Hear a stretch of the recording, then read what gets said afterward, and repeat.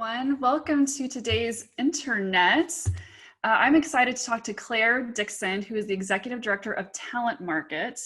And today we're going to be talking about career pathing for success. And Claire, you have extensive experience in career pathing for success because you have helped, I don't even know how many, countless people get into the free market movement, follow their passion, and find really fruitful, fulfilling jobs. So I am so excited to talk to you about this today.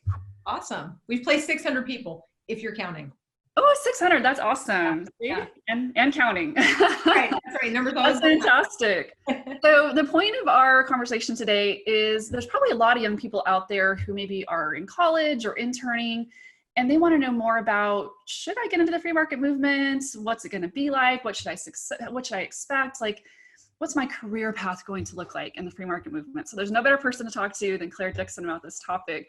So I'm just going to ask you some questions, and then I want to hear your wisdom about all of this. So the first question up is, what does the landscape of liberty advancing organizations look like right now? Sure. So I'll start by saying, when I came into this world, I thought there were just a handful of think tanks in DC, right? Heritage, Cato, AEI. I had no idea that there was a much, much bigger world out there. And I came into this world many moons ago, so it's even bigger now and more robust. So there are organizations in DC, yes, but the first thing I want to say is you don't have to be in DC. Organizations like State Policy Network have, I think it's 66, correct me if I'm wrong, partner organizations spread across the country. So no matter where you want to live, whichever state you want to live in, you've got at least one state-based think tank, maybe more. So there are opportunities all over the country. And then of course there are national organizations in DC, but there are also organizations that are nationally focused that are spread everywhere. And then there are organizations that hire virtually. So the world really is your oyster in terms of geography. But I also want to point out that it's not just a handful of state-based think tanks or national think tanks. There are all sorts of other entities out there advancing liberty. We have litigation centers, networking and activist groups, education and talent development entities, media outlets, capacity building institutions, entertainment incubators, university centers. You get the idea. So lots of opportunities to advance liberty. And if you don't want to live in the US, there's an organization called Atlas Network, which partners with organizations around the globe. I think they have 487 partner organizations, 300 of which are outside US borders. So there are opportunities everywhere. Absolutely. And here I am in Austin, Texas, and I work for State Policy Network, so it's true. And actually that was how I got to know you, was talking to you through Talent Market when I found this a job opportunity. And I thought, wow, I get to work remote because our main office is in Arlington, Virginia, but I work in Austin. But I do get to travel to visit all of those wonderful 66 think tanks that you were talking about. So Claire, next question. What kind of talent does the free market universe need? I love this question because this is the world I live in, right? But I also love it because the answer is surprising. So if you ask someone who's getting into this world for the first time, what do you think the greatest talent need is? They'd probably say policy, right? Everybody thinks about policy first. We are the think tank world, right? In reality, our number one talent need is fundraising. If you look at a pie chart of all of the searches we've done, the hundreds and hundreds of searches we've done over the last 11 years, a full third are in fundraising, followed by about 20% in communications, followed by about 17% in executive management and project management, mid-level management, followed by 11% in policy. 11%. Still not a bad number, but it's definitely not the number one need. And then legal opportunities come in at about 7%. So again, fundraising, communications, management, policy, legal, those are our big talent needs. Yeah, and I'm all about the communications people. So that's right. My role at SPN is to work with the communications staff at the think tanks. So bring on, we need more communications talent. We love it. So Claire, in light of that answer, would someone be crazy for wanting to be a policy analyst? Oh, maybe. So I want to throw myself under the bus to answer this question by saying that when I decided to come into this world, I thought, I'll be a policy analyst. But anyone who knows me knows that's probably not the best fit for my skills. I think a lot of people are drawn into policy because when we turn on the television, we read the newspaper, we read an article online, it's the policy analysts that get quoted. And especially those of us who are motivated by the ideas, we think, oh, ideas, therefore policy, I should go into policy. But there's so many other opportunities out there that might be a good fit for your skills. So I'd really suggest that people think through it before they jump into policy. And one question that a friend of mine who works at a very impressive national state-based think tank shared with me, one question that basically gets at, should I go into policy or not? And here's the question he posed. When is the last time you read a 300+ page policy book for fun? And I almost rolled on the floor laughing when he said this, because the answer for me was never. Not that I can't read, not that I don't read, but I don't read large 300+ page policy books for fun. So had he asked me that question many years ago, I would have not set out to go into policy. I think it would have hit me that, gosh, maybe this isn't the best use of my skills. That's a conversation for another time, because my career path meandered a little bit. Actually, we may get to that in this conversation. I don't know. But the point is, if you want to go into policy, ask yourself questions like that, but also ask yourself, am I detail oriented? Am I okay working alone at times? Do I really enjoy reading and writing and research? Am I good at taking really complex ideas and distilling them into language that everyone can understand? Am I a good storyteller? Because nowadays it's not enough to just be a good policy analyst. You really need to be able to take those ideas and persuade other people. So I think critically about those things before you jump into policy. Okay. Yeah, absolutely. And there's so many different roles, Claire, as you know, at think tanks. And some people may be wondering, okay, there's communications, development, policy, but what about leadership? What does a think tank leader, a CEO, do? Right. So I think we tend to have really sexy images of what a president might do all day, right? Maybe sit around and pontificate or write a very artful op-ed that gets published in a fancy newspaper. And those things aren't untrue, but the reality is a leader of a think tank is going to spend a large portion of time fundraising. The guesstimate I usually share is about 75% of their time will be spent on fundraising. I love to ask state-based think tanks and national think tank leaders, hey, how much time do you spend? It's my pet question to ask. I think the lowest percentage I've ever heard was about 50%, but it's actually not uncommon to hear 100%, because a lot of my leaders say everything I do is fundraising. Even if I'm giving a speech, it's really fundraising at its core. So all this to say, if you want to go into leadership, be prepared to spend a lot of time fundraising, because that's how your organization will stay afloat. So it sounds like whatever position you're going to get into at a think tank, having some background or experience or an internship in fundraising might be useful to you, no matter what your career path looks like. That's right. That's right. So this is a lot of information we've thrown at people about all these different opportunities at a think tank. So someone might be sitting there thinking, okay, Claire, what do I do? I don't know what to do next. What should I do? It's overwhelming, isn't it? It doesn't have to be, and you don't have to figure it out all today, but there are a couple of things I would do. The first thing I would do is really think through the skills that you want to utilize every single day. I like to think about it in terms of verbs. So do I want to write? Do I want to research? Do I want to communicate? Do I want to persuade? Do I want to project manage? And as you start thinking about those skills, naturally, you're going to come up with some opportunities that might be a good fit. But the second thing I would do is think about where the opportunities actually are. And we talked about that before, right? The fundraising, the communications, project management, policy, legal. Obviously, there are many other opportunities out there. We do operations, HR, tech roles, administrative roles, events. I mean, the list goes on. So I would try to think about my skills on one hand. I would think about where those talent needs are on the other hand, and then I would sort of marry those two together. Now, there are two other things I would do if you're stumped. One, I would ask your friends. So sometimes your friends know you better than you know you. And I know if I had actually asked a handful of people many years ago before I came into this world, should I go into policy? All of my good friends would have said, absolutely not. That's not what you're good at. But I didn't think to do that. So I would absolutely do that. Ask your friends, especially if you're like me, at least at that age, and I wasn't incredibly self-aware. So ask your friends. And then the second thing I would do is spend some time on job boards, sign up for Heritage Job Bank, come to the talent market jobs listings, go to the SPN job board. Look at the opportunities that exist, because without knowing that, it's really hard to understand where you might fit in.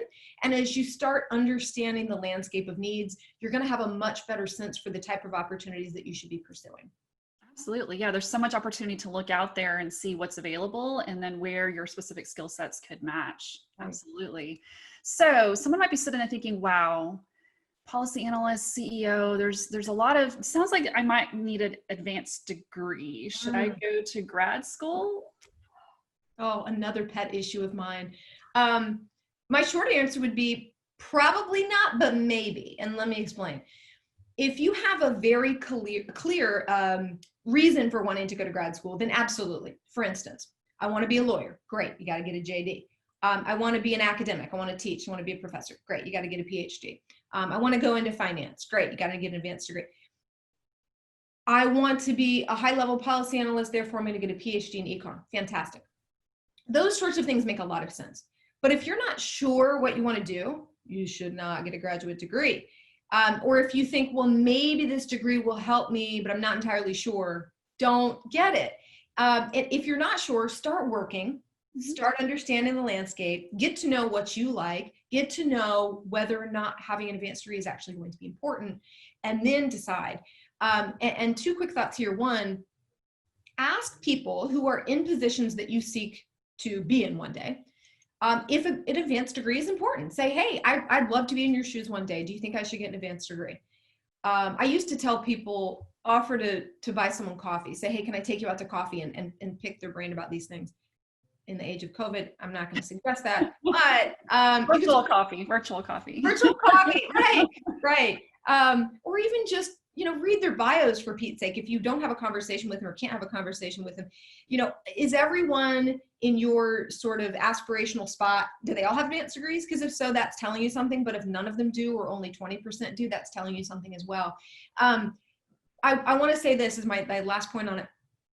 I've been hinting at the fact that I thought I wanted to go into policy. So years ago, I thought I wanted to go into policy, and I thought, oh, I'll get a master's in public policy. That'll make me relevant, and then somebody will want to hire me. So I did that, and I have used that degree 0 days in my career since I got it. It was not a wise decision on many levels. I guess it looks kind of cute on the resume, but that's not a good reason for getting a graduate degree. So it's an area that's important to me. It's a question I love to talk about because I don't want people to make the same mistake I did. I want you to be, thinking critically about why you need that advanced degree. And again, if you're not sure, just work, and you can always get that degree later. Absolutely. Yeah, that's a great answer. I have a JD, and it's something that I don't use now. I'm glad I have it as a great experience. And actually some of the people that work in some of these think tanks, we went to the same law school. So we've maintained our connections. But yeah, I actually don't really use my JD. So like you said, carefully consider if that's the best option for you. So Claire, you have made people super excited about working in the free market movement now. So some people may be thinking, okay, what's my next step? How do I break in? How do I get my first job? Yeah.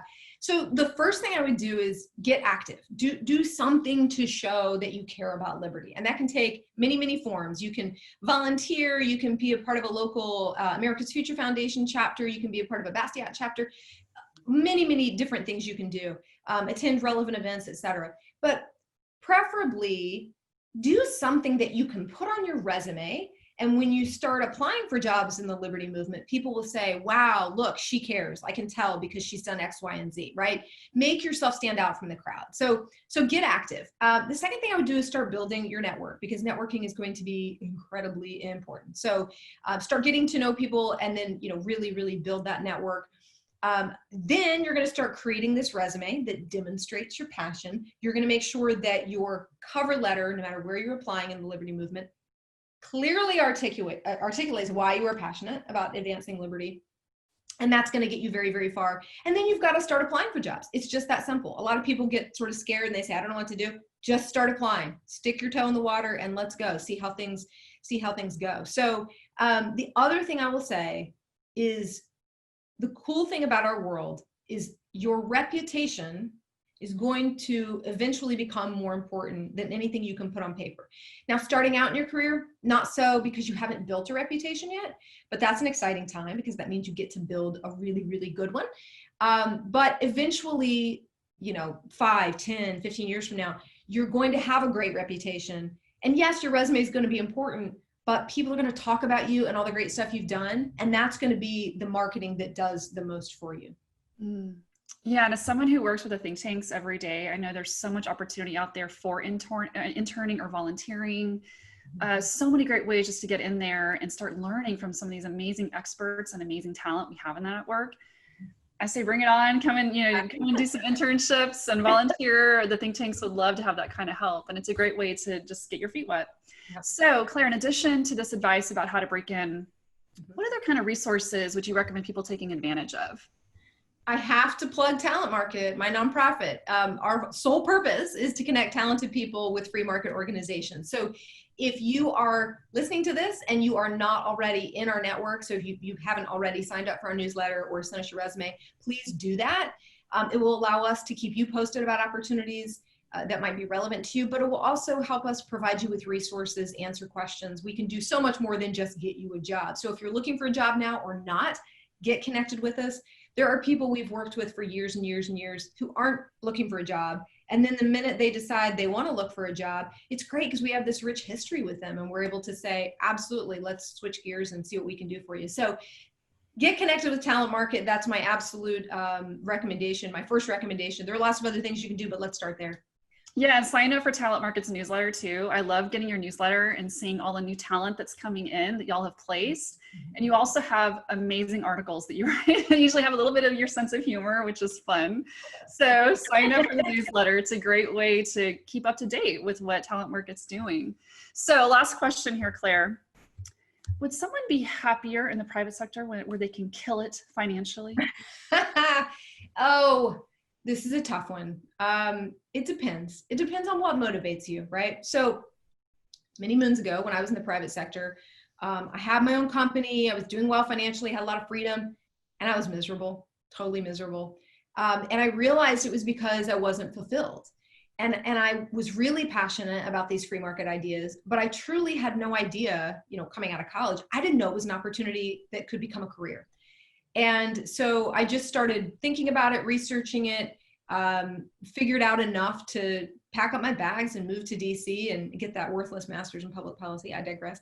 The point is, I am so much happier now. I can't believe that it took me a few years to sort of figure it out, but I also can't imagine going back. And not to say I don't think the private sector is fantastic, because I do, and I'm a capitalist pig and I love money, but ultimately that's not what motivated me. So I think anyone listening needs to think about what motivates you.